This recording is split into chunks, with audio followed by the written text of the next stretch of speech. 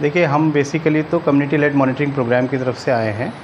हम एक पार्टनर हैं, यूएसएड के प्रोग्राम पे काम कर रहे हैं और ये हमारा एक प्रायोरिटी डिस्ट्रिक्ट है, थाने डिस्ट्रिक्ट। ये फैसिलिटी उसमें आती है, तो हम उस प्रोग्राम के थ्रू कम्युनिटी के साथ काम कर रहे हैं। टीजी कम्युनिटी है और की पॉपुलेशन जो है बेसिकली।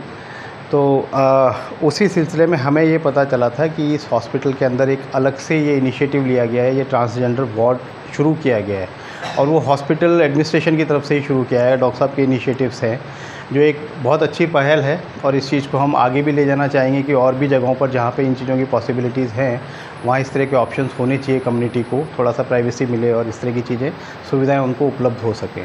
तो बस उसी को देखने के लिए आए थे। सर से रिक्वेस्ट किया, सर ने कहा कि मैं खुद चलता हूँ आपके साथ में।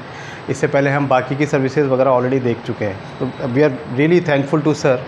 प्लस इनका जो एटीट्यूड है, बाकी और कुछ चीज़ें भी हमने सजेस्ट की हैं, उसके लिए भी हम आगे उम्मीद करते हैं कि वो सब चीज़ें भी बहुत जल्दी पूरी होंगी।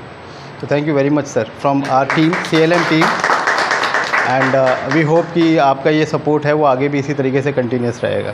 Thank you. सत्व इन्स्टिट्यूटतर्फे असोसिएट प्रोफेसर विकास डुगू यांनी आज या ठिकाणी भेट दिलेली आहे।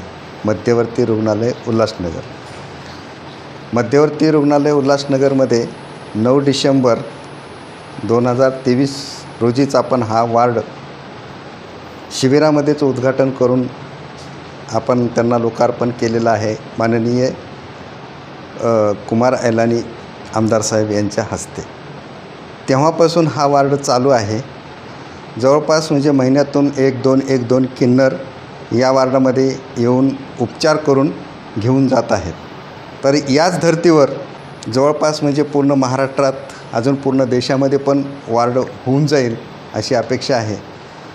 तर आपण इथे जे उपचार करत आहोत, जेवढे काय म्हणजे शक्य आहे तेवढे जास्तीत जास्त करण्याचा प्रयत्न करू आणि हा वार्ड असाच सातत्यानं कसा राहील याचा विचार करू।